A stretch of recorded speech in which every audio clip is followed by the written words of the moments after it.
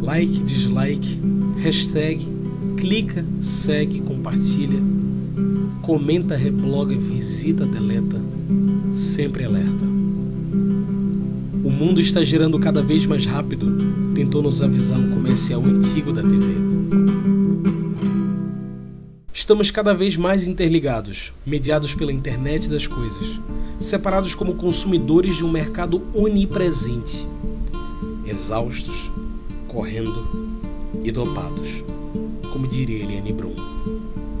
O que somos se reflete nas redes sociais ou as redes sociais que ditam como somos? Eu penso que ser sempre foi uma tarefa difícil, seja em que independente de época que a gente viva, né? Mas, sem sombra de dúvida, o que nós caracterizamos por pós-modernidade, ela tem essa época, esse tempo histórico e cultural, ele tem algumas características que a gente não encontra em outras épocas, né? Como, por exemplo, a utilização da tecnologia, a diminuição das distâncias em função das novas formas de locomoção, né? Telefone, internet, e tudo isso que a gente vive hoje, a gente termina por, de alguma maneira, reverter a ideia de tempo como na modernidade ou mesmo na Idade Antiga, como uma sucessão de horas, né? Ou algo que delimita uma certa circularidade de dia, noite, verão, inverno, para uma outra noção de tempo, um tempo mais instantâneo. E nesse sentido, se a gente pensar, né, a partir do pressuposto que ser implica estar no mundo, se relacionando com esse mundo, com os outros e produzindo de alguma maneira sentido e significado, essa interferência, essa constituição a partir dessa forma de lidar com o tempo e com o espaço, sem sombra de dúvida vai afetar nos modos de ser. Então eu não sei se ser hoje é mais fácil ou é mais difícil do que antes, mas sem sombra de dúvida é mais intenso, é mais fragmentado e, de certa forma, é o que a gente tem observado, tem trazido algumas vivências de sofrimento para esse humano. Eu acho que você acaba se abrindo muito mais para as pessoas. Acho que a própria coisa da rede social, onde você não está vendo cara a cara, essas coisas, você tem uma liberdade maior, você tem uma pessoa com quem você se identifica para gostar da mesma coisa, e você acaba se mostrando mais por quem você é, sabe? Acho que essa coisa de você se sentir aceita, de sentir que você pertence a algum lugar, ajuda muito nessa história de bem-estar e de se conhecer também. Você tem algo que você gosta, algo que você adora, que você se sente feliz em assistir, em consumir, em ver, e você tem as pessoas que gostam da mesma coisa que você gosta, você se vê como fazendo parte de uma comunidade de pessoas com os mesmos interesses, ou pelo menos de pessoas com uma vontade de discutir a respeito, mesmo que elas não concordem com o teu ponto de vista. A nossa relação com o tempo, ela implica numa fragmentação e numa intensificação da experiência com o tempo, né? Isso é fundamental para a gente organizar e sistematizar o que nós pensamos, o que nós sentimos, o que nós nos identificamos, né? Então, nesse sentido, a forma como a gente lida com o tempo influencia diretamente os modos de viver nesse próprio tempo, né? Só lembrando que por tempo aqui nós não estamos nos referindo ao tempo cronológico, ao tempo do relógio, né? Mas ao tempo enquanto tempo existencial. E esse tempo existencial é o tempo necessário para a produção do sentido, o sentido e o significado que vai nortear o que nós compreendemos por mundo. O mundo online facilita 100% o teu acesso a tudo isso. Vamos supor que não tenha mais internet, assim. Quantas pessoas que são teus amigos próximos, que tu convive no dia a dia, são fãs, participando do mesmo fandom que tu, e quantas pessoas tu tem esse contato online? Mesmo amigos que você vê, que você pode ver no cotidiano, hoje em dia a gente se comunica mais no online, assim. essa vivência em rede, ela não sei se ela aproxima mais ou aproxima menos. Eu penso que ela cria um outro modo de se relacionar com a vida, com os afetos, enfim. Tudo é muito intenso, né? Se a gente perguntasse agora, qual a diferença entre o real e o virtual? O que é real e o que é virtual? Isso dá um debate imenso, isso dá uma discussão enorme.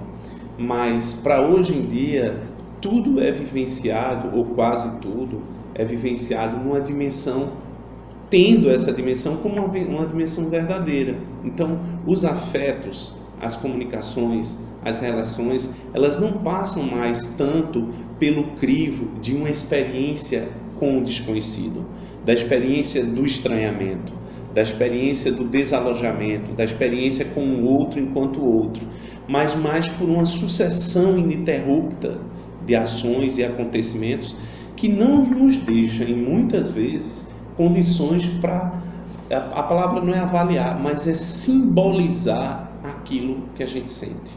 É de uma intensidade essa experiência, é de uma velocidade que não nos dá, muitas vezes, as condições de dar um sentido, né?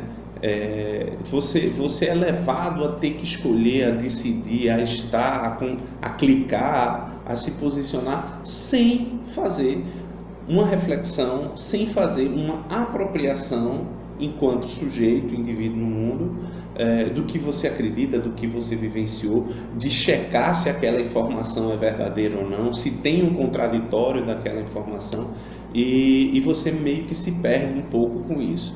Então eu não sei se aproxima ou não aproxima, certamente intensifica e vai nos levando a uma coisa que é muito perigosa de certa maneira, que é a coisa do automatismo, né? Em 2015, no segundo semestre de 2015, teve um suicídio, que foi o último que ocorreu aqui no centro, e foi no segundo semestre. Nessa época eu dava psicologia da saúde e dava psicologia comunitária.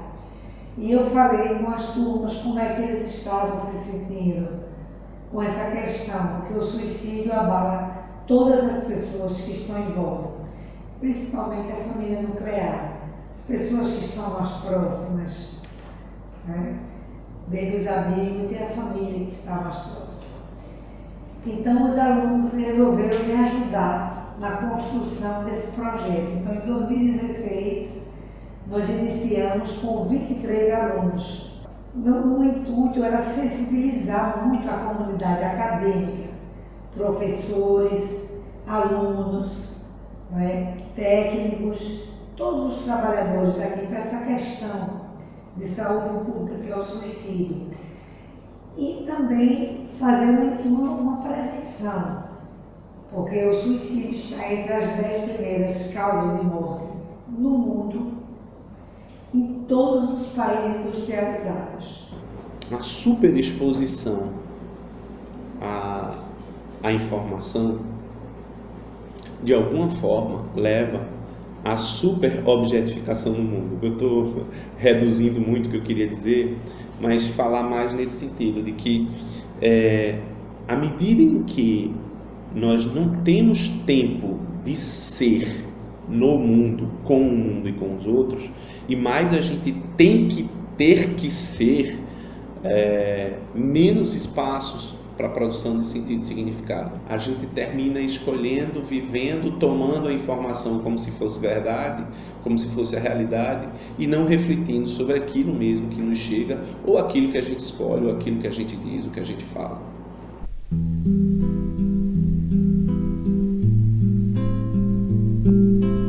Patologias psicossomáticas como depressão e ansiedade aumentam de número a cada ano, e estudos comprovam que o uso em excesso da internet tem um impacto negativo na vida das pessoas, chegando a acarretar esses outros problemas. Ser feliz nas redes sociais parece ser o essencial. Mas o que é mesmo felicidade? Então, pesquisas mostram que nas épocas de festas, grandes festas, por exemplo, Natal, Ano Novo, depois da confraternização, as pessoas solitárias, elas cometem mais suicídio. Aumenta a incidência de suicídio. A solidão é um fator de risco. Tem um autor para mim que é muito caro, é muito importante, que me ajuda a pensar isso, que é o Edgar Morin. E o Morin nos diz que nós temos uma dimensão biopsico-sociocultural e espiritual, né? Não adianta a gente querer reduzir tudo a uma questão de DNA ou tudo a uma questão meramente social. A gente se compõe e se descompõe nessa teia de relações. E quando a gente se compõe e se descompõe, ou seja, é um processo de construção e desconstrução constante, a ideia de identidade, ela não pode ser pensada mais como continuidade. Ela tem que ser pensada como esses espaços de produção de sentido que só se dão na sua própria emergência. Então, eu diria que pensar a subjetividade hoje é pensar muito mais os processos de assujeitamento do indivíduo, do sujeito, melhor dizendo, frente às suas vivências. Assujeitamento frente à dimensão biológica, social, às suas interações. Então, eu acho que quando a gente pensa dessa maneira, a gente sai de um certo positivismo, de um certo determinismo, seja biológico, seja social, seja cultural, de dizer que o ser humano é isso. O ser humano é sempre um processo complexo, um processo de relação com o mundo, com os outros, e que, como o Morin vai falar, em uma auto-eco-organização, ou seja, a gente não tem muito como dizer ou controlar o que vai ser o produto dessa subjetividade. A gente só pode ter algumas ideias do que pode, enquanto possibilidade, se constituir, mas não ter o controle disso, né?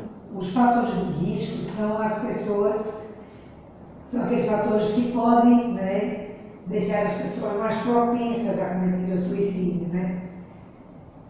Essas pessoas que estão já em situação de vulnerabilidade. Então, quando você está mais vulnerável, isso é um fator de risco.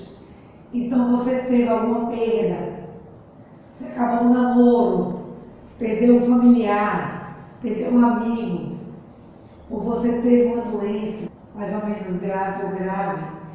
Então, todos esses são fatores de risco. A depressão é um fator de risco muito grande.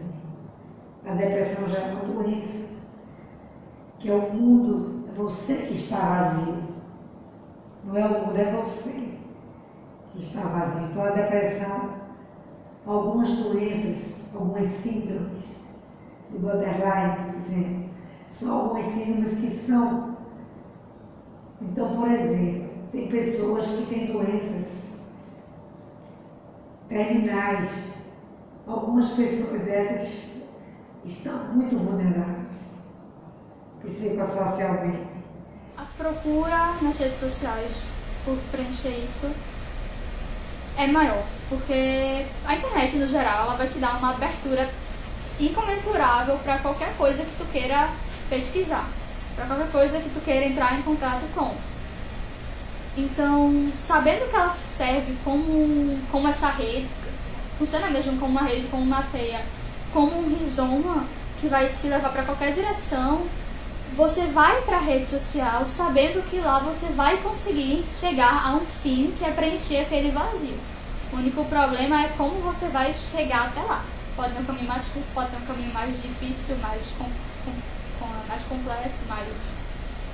Você procura preencher, você sabe o que você vai conseguir, que aquela resposta que você quer tá lá, mas como você vai chegar até ela é a questão. Existir contemporaneamente é existir em relação com a violência. E quando eu falo violência, não é só assalto, tiroteio, é a violência mesmo desse turbilhão de informações e desse processo muito raso, muito superficial, de objetificação das relações consigo, com o outro e com o mundo.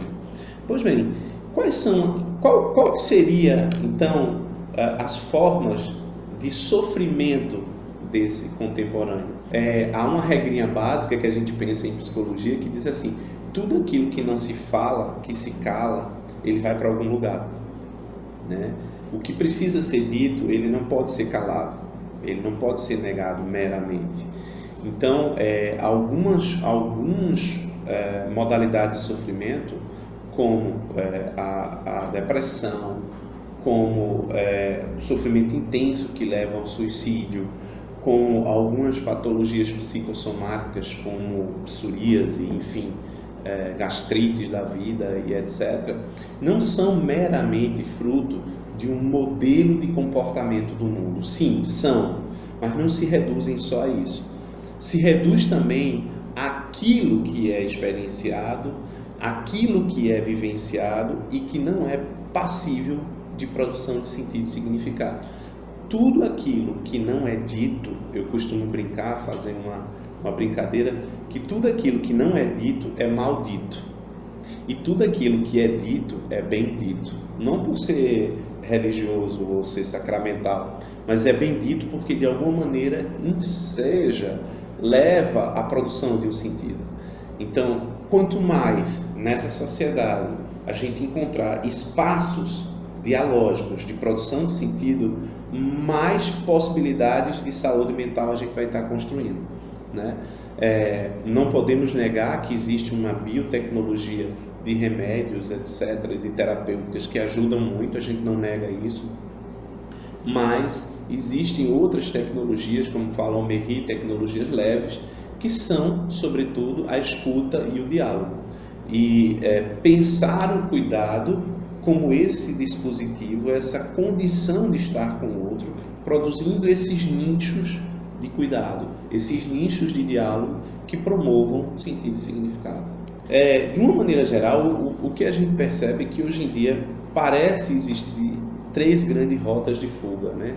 Ou de fuga ou modos de lidar com essa contemporaneidade. Seriam, primeiro, o consumismo, né? Você procurar, a partir de um modo de se relacionar com o mundo e com os outros de maneira utilitária, objetificante e consumindo, um consumo exacerbado, via shopping, compras, enfim, etc. Uma outra grande rota de fuga é a questão da alienação religiosa, onde muitas pessoas procuram, né, buscam, e aqui eu não estou fazendo nenhuma referência à dimensão da religiosidade, eu estou falando de uma certa forma de viver essa religiosidade, que seria essa alienação religiosa, onde você atribui, né, totalmente ao divino, que tome as decisões por você, que tenha uma verdade para você, que diga o que você tem que seguir, etc. E uma outra grande rota de fuga, que tem a ver com as duas, aliás, as 3 rotas de fuga têm a ver uma com a outra, que é a questão do consumo de drogas, né, lícitas ou ilícitas, né? De alguma maneira, um certo anestesiar-se diante dessa propulsão, essa tsunami de emoções, afetos e vivências que se tem hoje em dia. Uma das grandes dificuldades do contemporâneo é você se perceber, é você se dar conta de que você é o responsável pelas suas escolhas. Se nós partimos do pressuposto que existir é poder ser, né? Quando se está em uma dessas rotas de fuga, você delega a outro, a alguém ou a uma situação essa responsabilidade. Responsabilidade aqui no sentido de responsividade, a capacidade de responder por. Então, nem sempre a gente tem condições de responder por todos os momentos da nossa vida. Por outro lado, também não me parece ser interessante todo o tempo delegar a outro, a alguém, a uma situação que responda pela gente. Se apropriar das suas vivências e fazer com que ela seja sua, tenha um sentido e significado para você, é responsabilizar-se pela sua existência. A importância de você estar com o outro, de você escutar o que o outro quer dizer. Qualquer profissional que está ali, qualquer profissional que está trabalhando naquele local, ele precisa fazer uma escuta qualificada. Ele realmente escutar o que o outro quer falar e não ficar estigmatizando e dizendo o que ele pensa. Dificilmente a gente vê alguém na rede colocando o seu lado triste, né? É uma exposição controlada, né? Se fala muito em exposição na rede, mas é uma exposição controlada. O sorriso é sempre quase forçado, né? Todo mundo está feliz, todo mundo... Uma pergunta que eu faço, tentando responder a sua questão, é: será que o excesso de felicidade não é de alguma maneira a afirmação do sofrimento? Será que tá tudo muito bem, está todo mundo muito bem, não é uma acusação de que não está nada tão bem, né? Estou fazendo perguntas, eu não tenho respostas, mas o querer ver o bem é de alguma maneira a afirmação de que algo não está bem. Então, mais do que ver, penso eu que é importante ser, estar e se relacionar. Então, as redes, elas servem quase como um espelho, uma projeção daquilo que a gente gostaria de ser. Mas se eu gostaria de ser, quer dizer que eu não sou. Então, mais preocupado em ter que ser do que ocupando-se em ser. São essas contradições que precisam ser pensadas.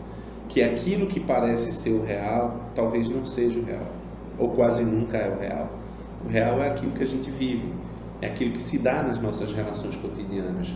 Não estou negando as relações virtuais, mas toda relação virtual ela precisa ser checada, ela precisa ser discutida, ser repensada, como nas relações físicas também, presenciais. Mas pelo volume, pela intensidade das informações, nem sempre isso é feito. E aí a gente passa a criar mundos para ter que lidar com o mundo que a gente vive. Poder falar sobre isso insere a gente, dá aquela sensação de comunidade, de sociedade, que o ser humano sempre procurou ao longo de toda a existência dele. Assim. Que isso, as pessoas acabam se ligando e fazendo amizades por causa disso. Então, quando acontece alguma coisa, algum momento que uma pessoa está mal, ou aconteceu alguma coisa externa, né, alguma tragédia na família, alguma coisa assim, eu vejo que existe muita tentativa de ajudar, de dar um apoio à pessoa. Quando a gente fala em uma escuta qualificada, eu não penso a qualificada apenas no sentido técnico do termo, quer dizer, uma escuta qualificada psicológica, uma escuta qualificada médica, mas eu penso em escuta qualificada como toda aquela escuta que consegue ser abertura e acolhimento para as diversas formas de ser do outro. Quando a gente consegue estabelecer uma relação com o outro sem pré-julgar, sem querer conduzir, sem estar pensando no que vai responder, mas simplesmente acolher na relação de afetação que se dá o que vem e muitas vezes, ou quase, devolver para o outro pensar, a gente está fazendo algo que é fundamental. É o próprio cuidado. Cuidado no sentido de acolher o diferente, testificar a sua existência e devolver para que o sujeito reflita sobre aquilo mesmo que ele falou. Que aquela fala seja fruto de uma escuta primeira. E sendo uma fala de uma escuta primeira, ou seja, uma escuta que ele nunca disse para ele mesmo, seja também uma fala primeira para ele. Em que sentido? De ser uma fala original. A gente fala um pouco sobre a importância da escuta qualificada para a questão da prevenção ao suicídio. Então, a escuta qualificada é de você estar ali com o outro, escutar o que o outro quer dizer. Há quem diga que sofrimento é falta de liberdade, que sofrimento é estreitamento da existência. A própria palavra angústia falando sobre isso, né? Então, toda uma sociedade em que se transforma uma sociedade de massa, onde o aparecer ser passa a ter o lugar da própria relação e da experiência, a gente está objetificando. Eu penso que em toda relação onde há objetificação, de alguma maneira há um grau de violência. Violência por cercear as possibilidades de produção de sentido e significado. O que seria o contrário disso? Qual outra possibilidade de se relacionar? O diálogo, não o diálogo como falatório, mas o diálogo como possibilidade de encontro com o outro, né? Enquanto mistério, enquanto possibilidade de ser e tal, talvez sejam algumas pequenas rotas de fuga dessa realidade massificante. E até onde nós encontramos nas nossas micro-relações espaços para o diálogo, espaços para a experiência com o outro, espaços para sermos outros de nós mesmos. São poucos esses espaços hoje em dia.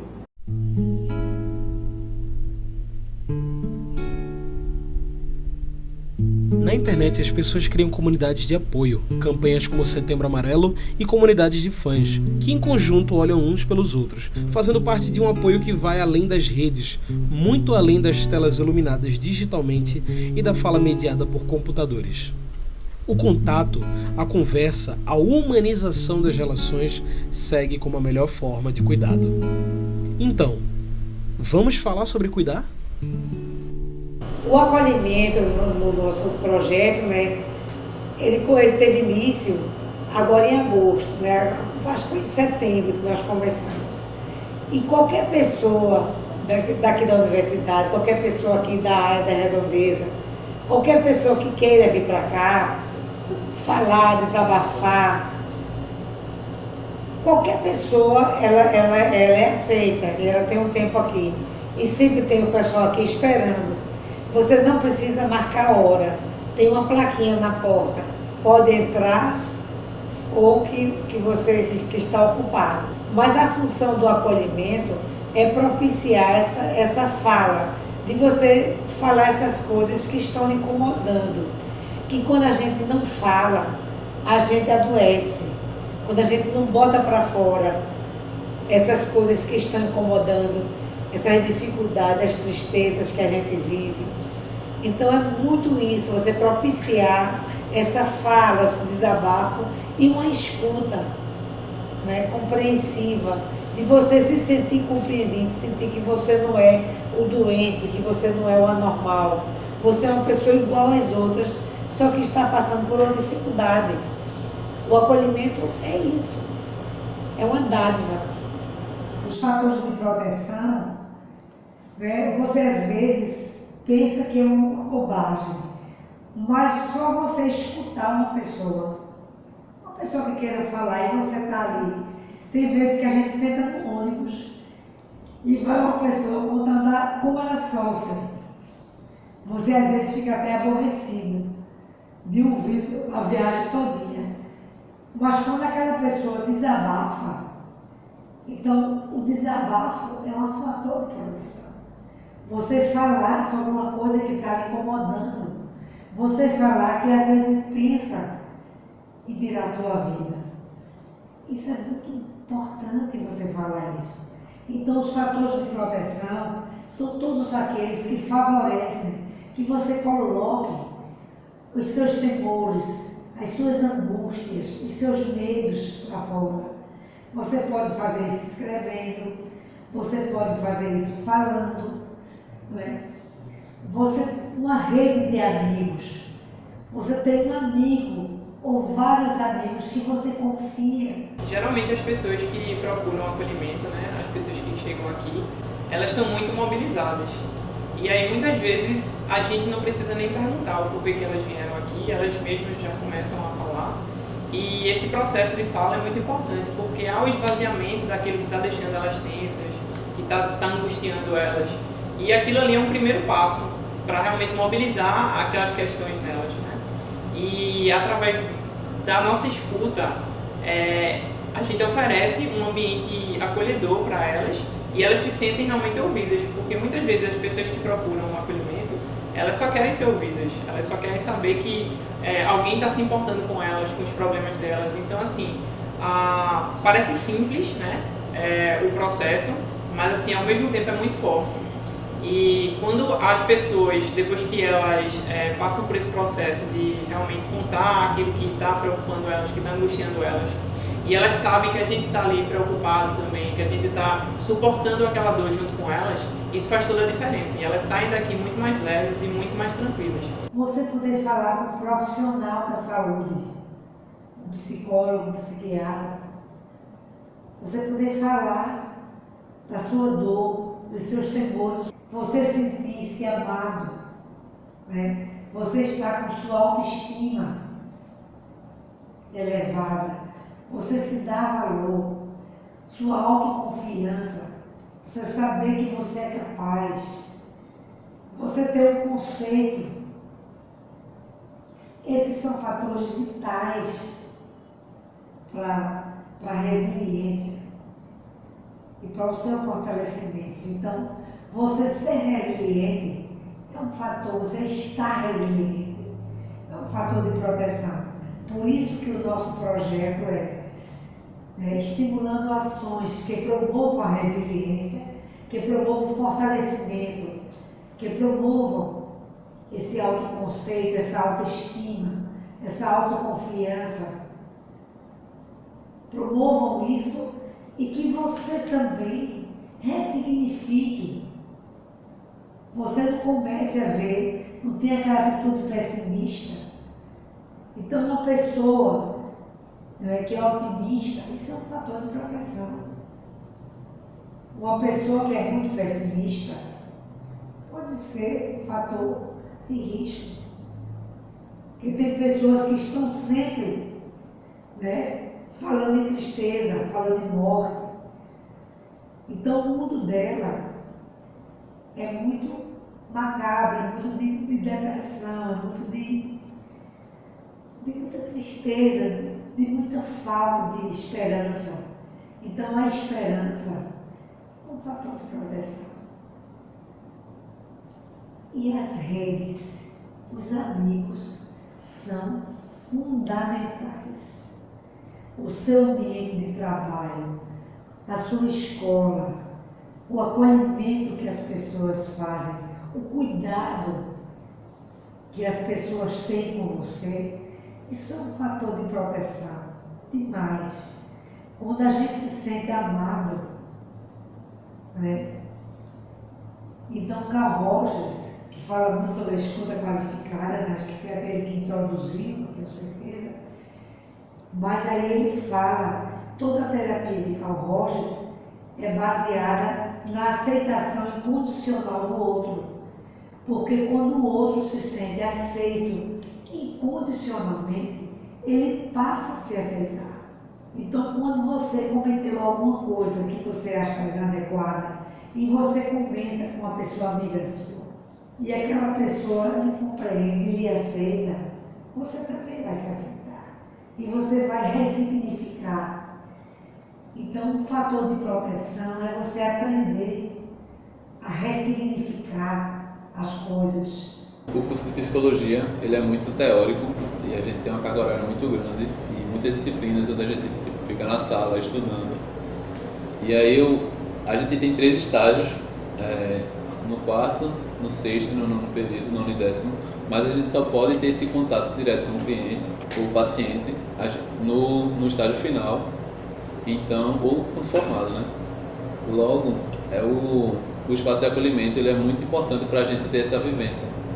Esse espaço para a gente entrar em contato com o outro, que a gente discute tanto ao longo do curso, é um espaço ótimo para a gente ter essa experiência, para a gente poder vivenciar isso. Então, enriquece muito a nossa formação. Cada encontro com uma nova pessoa, cada reunião que a gente tem aqui é muito rica para a nossa formação. Então, inicialmente são alunos de psicologia, a partir do 5º período, que eles entram, eles se inscrevem, né? E a gente tem uma capacitação pelo pessoal do CVV, é o Centro de Valorização da Vida, que é uma organização não governamental que está no Brasil desde 62. E eles fazem, então eles têm uma larga experiência. Então eles dão uma capacitação de 40 horas. Semanalmente a gente se reúne, o grupo de inscritos e alunos inscritos. Então a gente iniciou com 23 alunos. Aí após essa capacitação a gente faz as oficinas de resiliência. Resiliência, que é a capacidade, que é um termo que vem da física, que é a capacidade de um objeto de sofrer um impacto e quando passa o impacto, ele volta à forma anterior. Então, por exemplo, uma bucha de prato, você faz assim, uma bola, aquela bolinha que você aperta. Então, quando cessa o impacto, ele volta ao estado anterior. Isso é a formação. Aí, quando você acaba essa capacitação, faz essas oficinas, ou concomitantemente as oficinas de resiliência, aí você já pode fazer o acolhimento. Os estudantes vão fazer o acolhimento. O que seria esse acolhimento? Esse acolhimento são os estudantes que estão fazendo, ficam sempre em dupla, qualquer pessoa que queira desabafar, confessar alguma coisa e saber que vai ficar em sigilo, fica ali. Né? A pessoa está chateada, muito chateada, então chega lá e desabafa. Né? Então a gente tem semanalmente os acolhimentos, de manhã e de tarde, no segundo andar do Cefiche, na sala da antiga escolaridade, que é a sala dos professores, que era vizinha à escolaridade antiga, que hoje tem uma escolaridade nova, porque lá está com vazamento. Aí essa sala aqui, que era dos professores, que era colado à escolaridade, essa sala é que a gente faz o acolhimento. Então, todas as pessoas da comunidade da UFPE, alunos, docentes, técnicos administrativos, assim como as pessoas da comunidade externa, pessoas da cidade do Recife e até mesmo de outra cidade, podem procurar o serviço independentemente da idade e está aberto realmente a todas as pessoas que se disponibilizarem e perceberem que estão no momento e que necessitam dessa escuta e também dessa fala. Podem procurar a sala aqui no segundo andar do Cefiche, na Universidade Federal do Paraná. Então nós temos o acolhimento, as oficinas de resiliência, os plantões, que são as intervenções que a gente faz atendimentos aqui no SPA a essas pessoas, funcionam nas quintas-feiras de 2 às 5. O tempo de atendimento à pessoa que procurou o acolhimento, ele não é predeterminado. O que determina o tempo é a demanda que a pessoa traz. Né? Se pode durar 30 minutos, pode durar 45 minutos. Normalmente, a própria pessoa, ela faz o término da sua escuta, certo? E geralmente não passa de 1 hora. Como nós funcionamos no sistema de plantão, não tem um tratamento continuado, como uma terapia. Né? É só mais uma escuta, um acolhimento, e ele pode voltar uma vez, mais 2, 3 vezes. Não necessariamente será atendido pela mesma pessoa, porque como é um sistema de plantão, sempre está tendo uma rotatividade de pessoas atendendo. E caso haja necessidade de um tratamento continuado, nós dispomos de uma tabela com alguns serviços que oferecem esse tratamento, né? E disponibilizamos para a pessoa procurar esse serviço. Um dos serviços é o SPA, que é o Serviço de Psicologia Aplicada da UFPE. Também tem outras universidades, tanto particulares como públicas, que também oferecem esse serviço. E nós fazemos um encaminhamento para a pessoa. Nós também aqui, né, do grupo, nós utilizamos muito as redes sociais até para divulgar nossos projetos. Nós temos uma página no Facebook, que é de prevenção ao suicídio e promoção da resiliência. Nós também temos um blog, nós temos sites, enfim. E aí nós utilizamos isso para divulgar pôsteres, divulgar mensagens, né, de resiliência, de autoconfiança e até os nossos projetos mesmo, de Setembro Amarelo, por exemplo, que nós organizamos. E a própria sala de acolhimento, nós fazemos essa divulgação em massa pelas redes sociais e temos recebido muitos retornos, muitas curtidas, compartilhamentos. E isso repercute também na quantidade de pessoas que nos procuram para o atendimento, que em sua maioria, acredito que por estarmos também dentro da universidade, né, são jovens, universitários, né, em sua grande maioria, e aí tratando muito de demandas de sofrimento por questões acadêmicas e também questões pessoais, né, por estarmos aqui abertos a acolher todas as demandas. E aí nós fazemos também, utilizamos, né, as redes sociais para essa grande divulgação, utilizamos ela a nosso favor, a favor da divulgação desse projeto. Tem uma palavra grega, né, chamada pathos, né? P-H-A-T-O-S, pathos.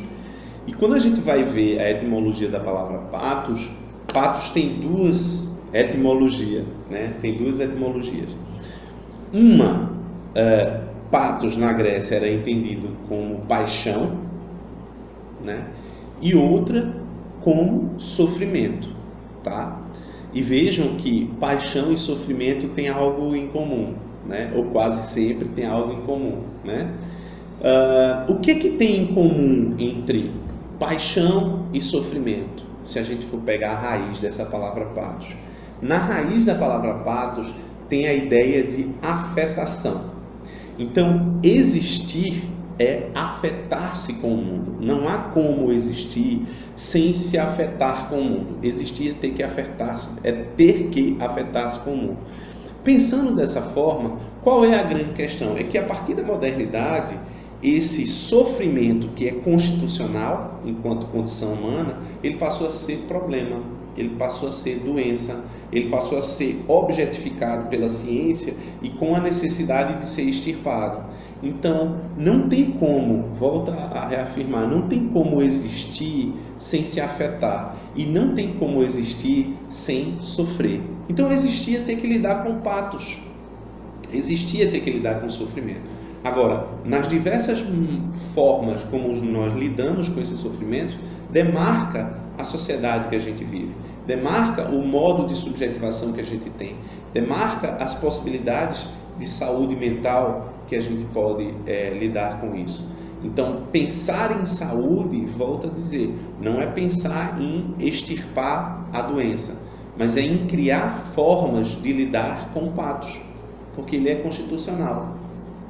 E a gente tem, de uma maneira ou de outra, aprender a lidar com isso. E uma das formas, talvez mais interessantes, é a forma pelo diálogo, pelo encontro com o outro humano, que é a base do cuidado.